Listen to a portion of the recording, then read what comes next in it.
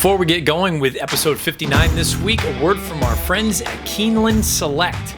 Keeneland's spring meeting kicks off this Friday, highlighted by 3 stakes races, 2 of them of the graded variety. And you can watch Keeneland's racing from any location and bet directly from your phone with Keeneland Select. Keeneland Select is offering a lucrative promo for new signups this month. Sign up for a new account with Keeneland Select and receive a special $100 back after you wager $200 on Keeneland Racing this April. This is all on top of Keeneland Select's sign-up bonus that will earn you $100 after you wager $300 in the first 30 days. And you and I both know that you're going to bet that much on Keeneland this May anyway. So you might as well go and get a nice little bonus to go along with it. Sign up today. Tell your friends, tell your family, tell your people down at the gas station, at the grocery store, wherever. Got to sign up for a Keeneland Select account. All you need to do, KeenelandSelect.com, and use the promo code ITM21. That is promo code ITM21 over at KeenelandSelect.com. Now, on to episode 59. What's happening? Welcome into the Matt Bernier Show, part of the In the Money Media Network. My name is Matt Bernier. You can follow me on Twitter at Bernier_Matt. This is episode 59 of the program for Monday, March the 29th, 2021. However you listen to this thing, thank you so much for doing so. Many, many ways to find the podcast. If you listen audio only, you have Apple Podcasts, Spotify, SoundCloud, InTheMoneyPodcast.com, you name it. Basically, anywhere you listen to your podcasts, you can find this show. If you are someone who watches along over on YouTube, I know many of you do this time of year especially, or I shouldn't say many of you do. We've seen a nice little uptick, and usually we do with the seasons, leading into the Derby, leading into the Breeders' Cup. But I think more and more people are interested in going through and taking a look at the actual replays of these Derby prep races. So we started to see some folks kind of float over there and take a look. I'd encourage you, if you're listening to this, come on over, check it out. All you got to do, search bar Matt Bernier Show. You get this episode along with the 58 prior. This week's show is going to be lean and mean, down and dirty. It's going to be one of those things where we just come through and we say 3 Derby preps. We're going to rip right through them. We'll go with the Florida Derby, we'll go with the Jeff Ruby Stakes, and the UAE Derby. And I recognize, and I have not forgotten the Friday feature from last week, but as I kind of alluded to, it just this week and next week's show, there's just so much going on, and I don't want to turn these things into 3-hour shows. So we're going to keep these ones tight. I will contact whomever I end up pulling out of there. I've not done it yet because I kind of knew in the back of my head this wasn't going to happen this week. But I will leave a comment beneath whoever selected a correct winner on last week's show. So if you are someone who got involved and you did identify the winner, keep an eye out for that, because I'll probably do that once I wrap this up here, just to get that out of the way so we have some sort of correspondence planning ahead 2 weeks' time. As far as this week goes, again, those 3 races. If you are curious, this coming weekend, 3 more giant preps. You're going to have the Bluegrass, the Santa Anita Derby, and the Wood Memorial. Those will all be on NBC. NBC or NBCSN, one of the two. I will be on site at Aqueduct, handling the Wood Memorial. I believe we're going to try to set it up and have like a little, I don't know what they've called it, a triple cast, something like that. I will be at Aqueduct for the Wood, and there will be some other folks at Keeneland and some other folks out at Santa Anita, and obviously the folks in Stamford. So looking forward to that. If you are curious about write-ups, previews of these races, even recaps written-wise, you can find them over on NBCSports.com/edge. There will be some other things coming up. I can't quite say it just yet because we haven't crossed the T's and dotted the I's yet. But there'll be some things, maybe not just in racing, coming up in the rather near future. So looking forward to that. I'll keep you all abreast and that sort of thing. This week also, the return of Horseplayer Happy Hour. Myself, PTF, I think JK is going to be involved, but I know he's also going to be sort of in transit. So that'll be on Thursday afternoon, and I'm not going to sort of spoil the surprise here because it's going to be very, very exciting, but you're going to want to pay attention, tune in. There's going to be a feeder running on Thursday, but we're going to kind of give you the heads up of what's to come for this year, because this isn't going to be just sort of a one-off sort of thing. This is going right through the Breeders' Cup, and we've got a number of new elements that are exciting and I think going to take this entire thing to the next level. So please keep an eye out. Horseplayer Happy Hour is back starting on Thursday afternoon. Myself, PTF, hopefully we can get JK involved as well. before I drive down to Aqueduct on Friday afternoon. So without further ado, let's get involved. Let's take a look back at what happened this past weekend. These, let's say, of the weekends that you're going to have the 3 preps, this past weekend and this coming weekend, I think it's safe to say that this coming weekend is the one that will have a more direct effect on the Kentucky Derby, simply because it feels like there are going to be more horses from these upcoming 3 races that will run the first Saturday in May.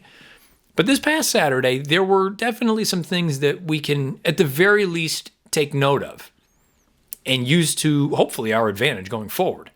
Not just for the Kentucky Derby, though, but perhaps for some other races going forward as well. Let's kick things off with the big one, the Grade 1 Florida Derby from Gulfstream Park. Greatest Honor was the heavy favorite going into it. Coming out of it, maybe he was exposed. Maybe he wasn't. Let's talk about it some more. Grade 1 Florida Derby wraps up the Derby prep campaign through Hallandale Beach, Florida.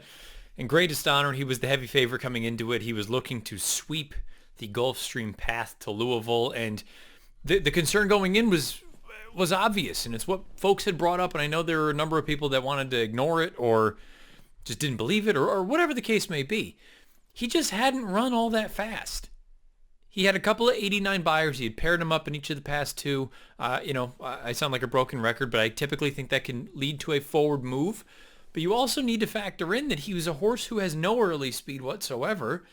He's going to be facing better horses in the Florida Derby than he had in either of the 2 prior runs.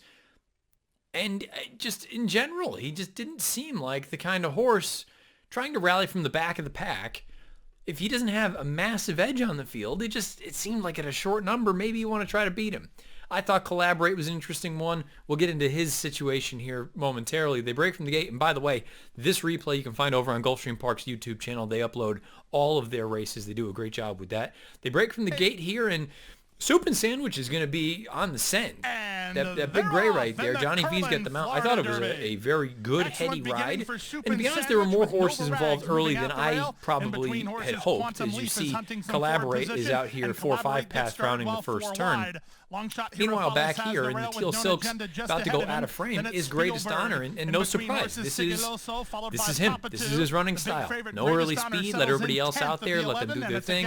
I'll find my stride, and we'll try to gobble up ground late. Keep an eye on the number 5 in the green St. Elias Silks. This is Known Agenda for Todd Pletcher's second start wearing blinkers. The most recent start came with the shades on, made a tremendous difference. He won by 11 lengths, but he beat absolutely nothing that day. It did seem like the fig may have been a little bit light as far as the buyers were concerned. Maybe he was closer to an 86 or an 87, but still, having said that, that wouldn't have made him some sort of standout in this spot.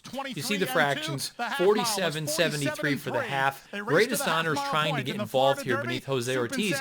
This is basically what we've seen from this horse time and time again. Jose's really going to have to scrub on him.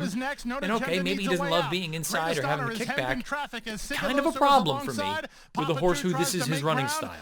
Meanwhile, on the front end, you see Collaborate starting to back up. Soup and Sandwich looks really good. Looks like he's going to run a big one, and he does, in fact, run a big one. But here comes Irad. He's going to end up splitting horses, tipping out here to the outside. Greatest Honor is trying to run with him, but at this point, again, you're spotting 2 to 3 lengths.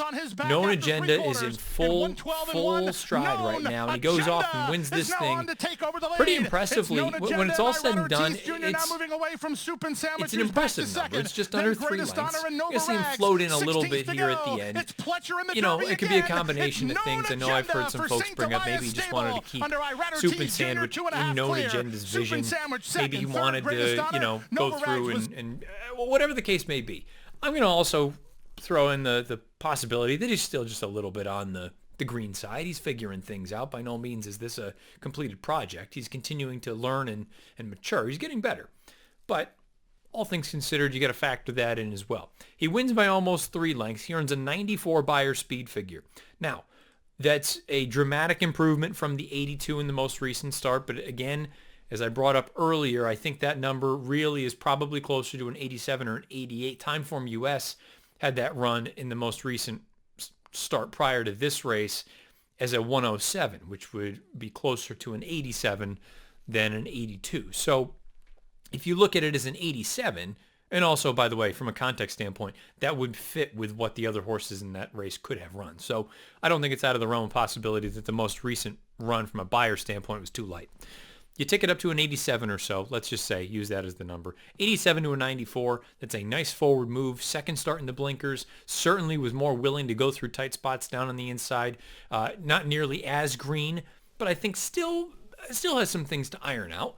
But he looked really good out here. And I don't have a great deal to knock about this performance from Known Agenda. The concern, and it's a concern that I have. I don't know. It's a concern that everyone will have. Here in a 94 buyer, and while good and puts him in with a puncher's chance, he's still not among the fastest of the generation. You can go through and look at the list of horses who have, from a buyer's standpoint, run faster than he has to date. Whether it is Essential Quality or Hot Rod Charlie or Midnight Bourbon or Mandaloon 2 starts back or Medina Spirit or any number of these horses. They've run faster than he has to date. Doesn't mean that Known Agenda won't run faster the first Saturday in May, but he still needs to. This is also not including the horses who still have their final prep to come, whether it is a concert tour or a risk-taking or perhaps a prevalence who's going to be shipping up to run in the Wood Memorial. These are all horses who, in theory, could move forward again and then run faster than Known Agenda. So I think at the very least he's going in as a horse who has a chance, but he is not among the fastest. He is still a little green. The good news, looks like he'll run all day, and he is coming into it improving, which is certainly what you want to see. So I could certainly understand the case for Known Agenda in the Kentucky Derby. I'm not ruling him out. I'm not saying I'm not going to pick him. I'm just sort of laying out the arguments, not against, but just facts of the matter. Where right now he's a little bit slow, he's a little bit green, and I think something else that needs to be taken into consideration, he looked good against this field. I think this race serves two purposes. One, it shows that Greatest Honor perhaps was a little bit exposed against better horses. But also, having said that, better horses than Greatest Honor and the horses he's been running against may not be saying much, relatively speaking, compared to California, compared to Arkansas, heck, even compared to Louisiana. So there's a lot to digest in that. Soup and Sandwich, I thought, ran a remarkable race. Never changed leads, or I shouldn't say that, changed leads extremely late down the lane, extremely late. And it was a good effort. Look, I was dubious about him coming into it, not because of the talent. I had written about him in my preview over on NBCSports.com. The idea of, I was fearful that this was going to be a little bit too much too soon, that he was still too green, that he may have as much talent as anyone else in the race, if not more. But at this point right now, this might be a little bit much for him to bite off. And instead, he ran a really, really credible race, even with the extremely late lead change. He did that just shy of the wire. Now, the tough thing is, and it's very easy for me to sit here and say this, you have more likely than not earned your starting spot in the Kentucky Derby. You have a horse who, while not fast enough right now, really has done nothing wrong in 3 starts. Not that far off, but he's a little ways off. I personally don't think, for the long-term benefit of the horse, that the Derby is the right move. I feel like this is the kind of horse that would do better with, I don't want to say more confidence building, but maybe less of a scramble than you'll have in the Derby. He's going to have to be aggressively ridden. He's going to have to go 1.25 miles in his 4th lifetime start. He clearly has some mechanical issues and some mental pieces that need to be put together here. It's not to say that he won't run well or can't run well. It's just, let's say he goes there and, well, I guess the easiest way to put it is we have seen very talented horses kind of rushed in to the Derby, and we have seen that it can put them back. It can set them back a bit. Now, I don't know what the right call would be. Do you wait for the Preakness, where you're probably going to have fewer horses in the race? You give them a little bit more time. If you want to run them between now and then, You have, a race like the Lexington at Keeneland. It's a shorter distance, going to be inferior company. He'd probably be the favorite in a race like that. Again, it's not the sexiest idea, but I just, my personal sort of thoughts are, does rushing a horse along when he clearly still has some things to iron out, what does that do long term for him? We'll find out. But he is a very talented racehorse. There's no question about it. Greatest Honor. Greatest Honor is the way that I've kind of fallen into my feeling here is he was not overly fast to begin with. Couple that with taking on subpar competition. Couple that with an off-the-pace running style. Couple that with a horse who seemingly doesn't like kickback and doesn't want to be inside. I mean, you have a lot going against you at 4-5. And you know what? Take out the actual race wagering. That's just a lot going against. That's not an appealing wagering proposition. On dirt in the United States, a horse who doesn't have a ton of speed, likes to come from off of it, isn't particularly fast, and may or may not like kickback. I mean, you've ticked basically every box that would suggest stay away. Now, my bigger concern, and this is something that I hadn't really factored in or thought about.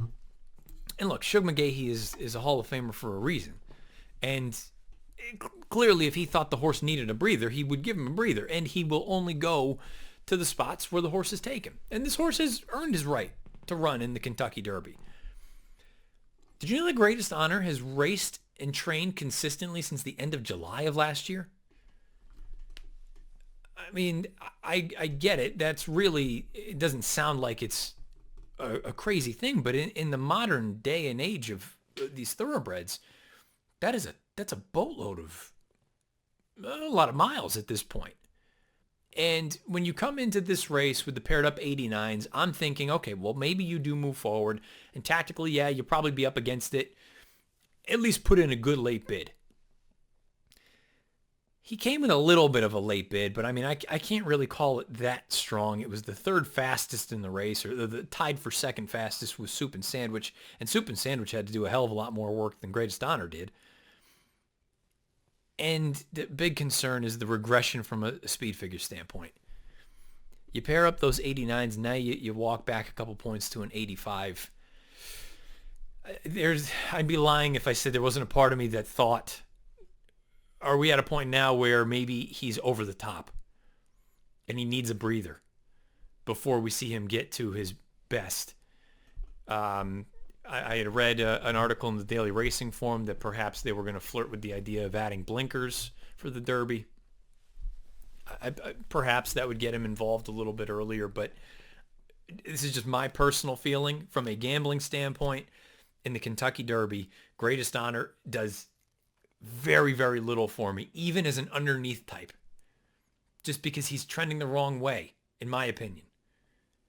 And I think the water's only going to get deeper. They're going to be more. The quantity of good horses is going to increase. The 1.25 miles, yeah, sure, it should work to his advantage, and if he's just going to pick up pieces, so be it. But I think I can find other horses that can do something similar that are reasonably close from a speed figure standpoint that will be 3-4 times the price. So all things considered, unless something dramatic changes between now and the first Saturday in May, there's really not going to be much of a scenario for me to be that interested in Greatest Honor. Nice little horse. I wonder if maybe he's a little over the top and maybe he needs a breather. As far as a couple other extra horses just to throw out there, again, Collaborate. I thought it was a disappointing performance. Yes, he carried a lot of ground. First time going 2 turns, first time taking on winners. I expected something there, and he just dropped anchor when the real running began. Be curious to see what the connections want to do with him. And the only other one I'll throw out there is Spielberg. Look, I've made no bones about it. I don't think much of Spielberg. I think he's an okay horse, and that's about it. But whatever your opinion of him was going into the Florida Derby, the Florida Derby shouldn't be used to either further or sort of take apart your case for him, because you should just draw a line through it, because he was about 15 paths wide throughout. There was just this was an absolute no-hope trip for Spielberg. Again, I didn't like him coming into it. I don't think he's a superstar. I think he's a borderline graded stakes type anyway. borderline, probably like a grade 3. But this race, you shouldn't use this as the reasoning. He didn't get a fair shake in there. I'll be very curious to see what they decide to do with him, because he just, I mean, I don't really know what you want to do with him. Maybe he's a Belmont Stakes type who you put him on the engine and you just hope that he'll stay. Because I don't think there's any brilliance really there from this horse. And maybe I could be enticed if we talked about the Belmont and you put him right there forwardly placed and just said, it's going to be a war of attrition and we're just going to chug along and clip off 24-3. But other than that, I don't see much really there to be too enthused about. But known agenda. He wins the Florida Derby. He'll be an interesting candidate for the Kentucky Derby. He's got the connections in his corner. He's got Pletcher. He's got Irad. He seems like a much more polished version of a racehorse now with the blinkers on. Still green. I still think there is improving to do, but he's certainly on the right path and the right track. Known Agenda wins the Grade 1 Florida Derby with a 94 buyer, and it is on to Louisville for the Kentucky Derby. Jeff Ruby Stakes from Turfway Park on Saturday afternoon, a race that historically doesn't have a dramatic impact on the Kentucky Derby, but you do get those, the anomalies and proper anomalies in a horse like Animal Kingdom, who, would have run on asphalt if asked to, and still probably been one of the top race horses in the world. So you're occasionally going to get those circumstances, but for the most part, this is a race that I didn't come into it looking at it saying, okay, well, we're going to see a Derby prospect in here, and who's it going to be, and what's the running style going to look like, or any of that kind of stuff. We're going to let the tape roll. First things first, you're going to notice there's a major issue out of the gate for Tarantino, who is your post-time favorite at 5-2, breaking from post 7. He's going to bobble pretty badly. They are off. And Florent Giroux does what he's supposed to do, basically wrap up on the horse, not ask him to go on with it, because at that point, basically all hope is gone. It does sound like, as of this is being recorded Monday afternoon, Rudolph Brissett is suggesting they're going to run him right back in the Bluegrass this Saturday at Keeneland. So we haven't seen the last of Tarantino on the Derby trail. Here we go, out on the front end, you got Moonlit Strike, and he is pretty keyed up, safe to say. 22-4 for the opening quarter. They're going to shade 47 for the opening half, and at 1 1/8 miles over the synthetic, that's just, you want to talk about cooking with gas. They are burning out there. Gretzky the Great takes up what, looks like if you just drew up where you want to be on the racetrack, it's a beautiful position. The problem is he's just too darn close to this pace, and I'm not totally convinced that these distances are going to be ideal for him. I think he might be better with shorter distances. Meanwhile, in behind you have Hockey Dad and Sainthood down on the inside. Keep an eye on the 9, Hard Ride Guy, and keep an eye on your eventual winner. That's the number 1, Like the King. He is back here, kind of biding his time, and Drayden Van Dyke's going to start splitting horses following Hard Ride Guy. The difference is he continues on with his run while Hard Ride Guy just flattens out. Meanwhile, up here at the front, you've got Gretzky the Great. He makes the front for just a brief moment before fading. And again, I don't really want to hold this against this horse, because he's been close to hot paces in each of the past 2. And I'm not convinced that these distances are going to work for him. Meanwhile, here we go. This is when, I'm going to pause it real quick. This is when, to me, the most important pieces of the race happen. Because it's not so much a matter of the fact that, Like the King, ends up winning this race. Because when push comes to shove, I personally don't see him making a dramatic impact on the Derby. I don't think any of these horses would make a dramatic impact on the Derby. There is one horse in here, though, who I think has really legitimate potential to be a racehorse. And when I say be a racehorse, I don't mean that in a sort of derogatory way. I mean it more in the fact that I think we are only scratching the surface, and he can run seemingly on any surface based on his pedigree and what we've seen so far. And that's Sainthood. This horse right here in the Windstar Silks, he's going to run up behind Hard Ride Guy, and he's basically going to have to stop cold. And under any circumstances, dirt, turf, you name it, you more or less lose your chance at a decent finish there. Instead, you're going to see him rally. Here comes the steadying. Stop cold. At that point, you think it's over for him. Instead, he angles him out to the clear, and he finishes with an absolute rush. And again, not taking anything away from the winner, Like the King. Thought it was a good effort, had a great pace now. I love this effort from Sainthood. Now, I don't know if this means that he's going to end up being a superstar. I don't even know what surface he'll be best on. But I still maintain that's not a common, you don't see that from racehorses, especially this inexperienced this early in their career. Now, from a speed figure standpoint, this race is not going to knock anyone's socks off. I believe we're looking at roughly an 85 Beyer speed figure. Let me just double check on that and pull this up. But the point is, like the King, nice little horse. Done nothing wrong. He's got the speed. He's taken advantage of good pace situations throughout his career, but he is versatile. He had been close to the pace, and I believe Drayden Van Dyke had been quoted saying, you know what, we went back, we looked at the replays and said, maybe he's better off coming from a little bit farther out of it. Well, it was a brilliant call. Whoever was the one who decided to go this route, whether it was he, whether it was Wesley Ward, a combination of all parties involved, taking him off the pace, letting things go early on, and coming with that long sustained bid certainly worked to their advantage. But, sure, that could happen the first Saturday in May, but if recent history is any indication, that doesn't seem very likely. It seems like we're going to get a more moderate pace as far as the Derby goes, and horses with tactical speed or being forwardly placed are going to be the ones that have the major advantage. And also, it's one thing for you to do this on turf and synth, and by the way, there's no surprise that his best races thus far have come on grass and synthetic. It's another thing entirely to do it on dirt with 19 other horses trying to weave your way through traffic. So I don't want to totally cold water this race from him, but I thought, given the circumstances, fine effort, wouldn't fault the connections for going to the Derby. You want to take a shot. By the way, he earned an 86 Beyer winning this race. Sainthood, though, is the one that I'm most interested in the entire field, even more so than a Gretzky the Great or any of these types. Because when I see he debuted going 6 furlongs at Gulfstream at the beginning of January, and he only lost by a head, then they wheel him back and they ship him to New Orleans for a 2-turn maiden special weight race. And admittedly, when I watched the replay, not all that impressed by it, but he kind of ran in spots where it looked like he was going to get his doors blown off, and he dug in gamely down on the inside to rally back and get it done. So yes, little green, not overly fast. Pedigree, though, by M. Shawish, and you see Lemon Drop Kid on the bottom. He can basically run on anything. They come here, and for him to run the way that he did here leads me to believe that this horse has an abundance of talent, that the talent is there. He's another one, though, that mentally needs to put it together a little bit. Not dissimilar from Soup and Sandwich. Now, he may not be as good as Soup and Sandwich, but I like the progression we're seeing.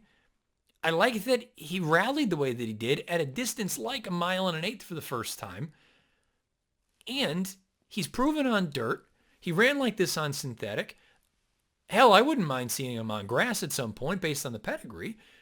I'm just really intrigued by a horse like Sainthood. He's probably not a Triple Crown type of horse. But why can't he run in the American turf on the Derby undercard? Why can't he be a horse that you keep an eye on, I don't know, for a race like the Belmont Derby or something like that? Or you try him on grass and you say, you know what, he continues to improve. Let's try him back on dirt. I just love the versatility of horses like this, who it seems like they can kind of do anything. And I mentioned Animal Kingdom at the top. I'm certainly not comparing him to Animal Kingdom. But that's the thing. That's part of the reason that I think of Animal Kingdom as fondly as I do, and I think many others do as well, is because it didn't matter what the surface was. He could run on anything and be arguably the horse to beat in any of those races. Dirt, turf, synthetic, didn't matter. That to me is the hallmark of a proper upper echelon racehorse.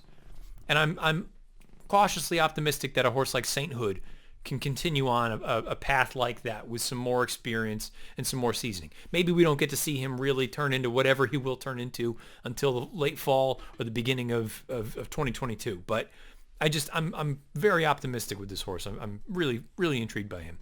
Hockey Dad, nothing wrong with this race. He was relatively close to the hot pace. And, based on the trip, I think in the grand scheme of things, for the horses that were close, he probably worked out the best of it, saved enough ground. But I wasn't overwhelmed by the performance. Gretzky the Great, I think Mark Casse and company are in a tough position with him simply because it seems like he doesn't want to go. Well, again, he's been unfortunate that he's had to deal with back-to-back really fast-paced scenarios. That has certainly cost him some. But I'm also not totally convinced that he's going to want to go these longer distances. And I know he's an Ontario bred, so I'm sure immediately they're all thinking Queen's Plate. And who knows, if he can get out there and just wire the field, maybe that's a different ballgame. But I have a sneaky suspicion that he is a miler, but that puts you in a really tough spot right now because there just aren't that many graded stakes options for 3-year-olds at a mile. So do you continue running him at distances that might be a little bit long for him? Or do you turn him back to 1 turn, 7/8, or even a 6 for a long race? 6 seems way too sharp in my opinion, but he has run well at those shorter distances in the past, 6.5 furlongs. I wouldn't be opposed to seeing them try something like the Pat Day Mile just to see how he takes to that. If that works, now all of a sudden you perhaps open up the 7 furlong races, the Woody Stevens, the H. Allen Jerkins types of the, sort of the calendar for the 3-year-olds. But I think they're in a little bit of a tough spot with a horse like that. And I already mentioned that Tarantino, it sounds like we're going to see him on Saturday afternoon in the Grade 2 Bluegrass down at Keeneland. So all things considered, I don't think this is going to be a particularly productive race as far as the Kentucky Derby goes. And I recognize I forgot to give the prep rating for the Florida Derby. I'm giving that race a 6. Just staying on trend. I think, you might get known agenda to do something, but I'm not overwhelmed by the race. This race here, I'm going to give it a 2 as far as Kentucky Derby ramifications are concerned. I just would be very, very surprised if Like the King and or Sainthood, should he go, had any major sort of say in the outcome the first Saturday in May. Having said that, I've made it, I think, very clear. I like Sainthood quite a bit. I think he's a sneaky horse going forward, but that's about that. Let me know your thoughts about this race or the Florida Derby beneath the video player on YouTube. 1 to go. And it might be the most fascinating replay of them all. And no, I'm not going to fall in love with him like I fell in love with Mendelssohn. But let's take a look at the UAE Derby. Forgot to mention the Jeff Ruby Stakes you can find on Turfway Park's YouTube channel. This is the Grade 2 UAE Derby. I believe it's Grade 2. Grade 2 or Grade 3. 3-year-olds, mile and 3/16 over at Meydan on the Dubai World Cup undercard. And there's no chart that I'm going to show you. We're going to take a look at the replay. Now, it goes without saying. We've talked about it in the past. Look, the UAE Derby has not been a productive prep race for the Kentucky Derby. I will maintain that good horses run in this race, though. Case in point, in recent memory anyway, Thunder Snow is probably the most well-known. No matter what anyone thinks, Thunder Snow was a very, very talented racehorse. No, his runs here in the United States may have not been ideal, specifically that Kentucky Derby. But he did run just fine in the Jockey Club Gold Cup a couple years after that and things of that nature. And he won 2 Dubai World Cups. Really talented racehorse. Mendelssohn, really, really talented racehorse. 2nd in the Travers, 3rd in the Jockey Club Gold Cup. Obviously the Kentucky Derby didn't work out because of a number of different things. But the point is, this is a race. Mubtahij has come from this race. This is a race that has produced a number of really talented racehorses. The problem is they just have not done well the first Saturday in May. Now, Rebels Romance wins this race. And I'm not even going to sit here and try to talk through all the different horses and all that jazz because set to go now. We may never see any of them in the United States. UAE Derby. I thought it was an interesting race simply because you've got a horse like Panadol. Let's go back, and they're off and like racing. Panadol speed away very quickly. Lagamo, space for Comet, both bounced away quickly. Soft Whisper into its stride early on, coming across to his new treasure. Very wide pick to Mahamaya into the first corner. 5 group just drops in behind it. Look at this horse in the Godolphin blue with the white hat. This is our winner, Rebels Romance. We're going a mile and 3/16. Meydan is typically a track that you want to be more forward than not. He is 3rd last, and what is he? Let's call it 6 paths off the rail. So instead of going a mile and 3/16, he's probably going to travel, Bivalent, I don't know. Dropping back in the field then is Rebels No Romance as they exaggeration. go to What the does he back. travel? Maysek Extra was 16th of a poorly out. mile? And France Godina sees the Maybe even entire more than field that, as I they don't race know. up So the he's gonna side run towards the something back. closer to, 24.81 was the lead, and Panadol shows the way. New Call it a Treasure mile up and on the 3/8. outside in second. Spates Maybe for that's Comet down to the aggressive. fence. You They will get follow the then point. by Next of All He's as they run carrying down the an back. exceptional amount of Kamehameha. ground. It's trapped Now, out wide from in the grand scheme Legamo. of things, I have no idea Muhib what he's sneaking running forward against. over on the You go inside. through, you try to Next do your is Soft homework, you Whisper watch on a some wide tape, trip, followed you by look at some Tackery pedigrees. Pegasus. Then Seems like there are some decent El enough horses Patriota, in here. Fire Maybe they Group. aren't superstars. Behind them is Ambivalent. But Now when you taking watch off his a replay Rebels like Romance this, from the back, circling where the this field. horse sidles France up like this, Godina is over on without the any fence. real Will need asking. luck in You see some of the Maysek other now riders brought are starting to wide. push along. We've got an Off the American back they horse come here. in the These guys' Derby, doors and blown up. Panadol shows the way of a New William Treasure. Buick is Muhib just has continued to make rather ground over on the inside. comfortable, Pink Kamehameha rolling up is up and three has wide. no Space for concern Comet next. whatsoever about how Here's far Rebel they're- Romance with the white cap right around the outside. Tackery Pegasus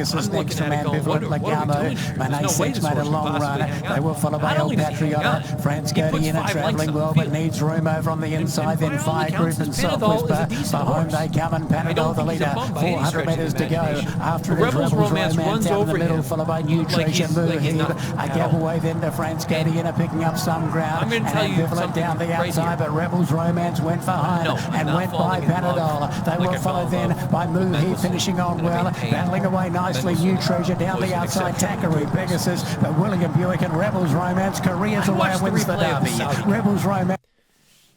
And the horse I saw run that day, I didn't think very much of in Rebels Romance. He did everything mechanically wrong. He's on his left lead on the straight. He's on his right lead on the turn. I know it's a one-turn race compared to 2 turns. And yes, he had won. I mean, he's won basically every start with the exception of the Saudi Derby. But this was not the same horse. This horse right here looked like, Secretariat Junior out there. So it can be one of two things. And we brought it up with greatest honor the first time through when he won his race down in South Florida. And in all likelihood, this is the path that we're charting. Either Rebels Romance defeated a terrible group. I mean, an absolutely terrible group of racehorses at this stage in their career. Because that's not a trip that's supposed to work. In a way, it's kind of similar to Helium in the Tampa Bay Derby. You either defeated a really, really poor group of horses, because it's a trip that under no circumstances should work on any surface, on any continent, anywhere. It shouldn't work. You shouldn't be able to go 15 wide, going nearly 1.25 miles and win for fun. Or something dramatically changed and this horse put it all together. Maybe it was as simple as getting added ground, because I believe he'd only gone up to 1 mile prior to this race. Maybe it was as simple as he needed 2 turns and he needed to go longer, because this looked like a fantastic performance. Kind of, again, bucking the trend of what that racetrack typically favors. It favors speed. And he could not have been farther from that. Now, how does all this relate to the Kentucky Derby should they decide to send him over here? Well, first things first, the fellas at Godolphin, they've got essential quality. So they're well represented here. He's going to run Saturday in the Bluegrass. He's going to be among the top 3 choices for the Kentucky Derby. Do you want to bring this horse over? By the way, the connections, Godolphin owned and bred, I believe bred. Hang on, let me make sure. Oh, it doesn't say. Let's just say Godolphin owned. Trained by Charlie Appleby, ridden by William Buick. I think Charlie Appleby is one of the best trainers in the world. Do you bring this horse over as basically your, you've got double barrel action going on. You've got a situation where we've got a horse who's got some tactical speed. Essential quality is never going to be mistaken for a burner, but he's going to be reasonably close, within a few lengths. And we have the closer, because if he's outrun in this race, I can't help but think he's going to be in a very similar position in the Kentucky Derby should he go there, Rebels Romance. So we go at him with sort of a 2-headed monster, where we've got the horse who can be forward and we have the one that's going to rally from the back of the pack. Or, as it sounds like the connections have already alluded to, their big piece, their big goal is we're working backwards from the 2022 Dubai World Cup. I don't know. I genuinely don't know. Let me know what you think beneath the video player on YouTube or on Twitter at Bernier_Matt. This is, if you just look at it and say based on past performances in history, and if you do this, you are doing it the correct way, then this is not going to be a horse that has any real right to threaten anything the first Saturday in May. But if you are someone who, if you take sort of the preconceived notions out of it, and you just looked at what you watched, it's kind of hard to not come to one of the two conclusions. That either he looked phenomenal beating a group of bad horses, which in all likelihood is the case, or this was a really, really exceptional performance. Either way, I'm fascinated by the horse. I love watching racing over there because you never know what you're going to get. I don't think it's going to make a major difference for the Derby. And no, I won't be picking him. But I am very interested in the horse because I feel like generally you can tell when you see a good horse. You watch enough tape, you can tell when there's something there. I don't know what changed between the Saudi Cup and this race, or excuse me, the Saudi Derby. You got to stop saying the Saudi Derby and this race. But they were not the same racehorse. This was a phenomenal effort from Rebels Romance. Let me know what your thoughts are beneath the video player on YouTube or on Twitter at Bernier_Matt. The Derby prep rating for the UAE Derby. For me, it's going to be right there with the Jeff Ruby Stakes. It'll be a 2. Not expecting much. It's always nice to speculate, though, isn't it? And, of course, that race was on the Meydan or Dubai Racing YouTube channel. If you want to go back and watch all of those replays, including the Dubai World Cup, I'll just briefly mention those two performances, the Dubai World Cup and the Shima Classic, whichever one Mishrif won. I mean, Mishrif is a serious racehorse. I'm not breaking any news there. For him to run the way that he has 2 times this year on turf and dirt against, thus far, the best fields that we've seen, very, very impressive. Hard not to be impressed by that horse. And then with the Dubai World Cup, Mystic Guide, I liked him. And you can go back and listen to some of the stuff from last year early on. I really was taken by the horse, by his potential, and he just never seemed to be delivering. He couldn't quite get over the hump, but I thought he had an abundance of ability. And finally, he's one of those cases where it feels like just needed that time, because I thought he was awesome on Saturday. It sounds like from what I have read, Mike Stidham has talked about the Whitney and the Pacific Classic as being sort of targets, and then I would imagine the Breeders' Cup Classic being the end game. But I thought all around a great performance. And someone tweeted it, and I can't remember who it was, and I apologize for not giving credit where credit is due, but someone out there on Twitter mentioned it. I mean, I don't see a dirt horse in the United States right now that can run with Mystic Guide. I think he's very clearly the best that we have to offer, and whatever race he shows up in, barring something radical changing over the next few months, he deserves to be the favorite, and a heavy one at that. So fascinating night of racing, or morning for us on the East Coast, and I guess real early morning for those of you on the West Coast of the United States and Canada, of the Dubai World Cup evening. So there's that. Let me know what your thoughts are about all the prep races that happened this past weekend beneath the video player on YouTube or on Twitter at Bernier_Matt.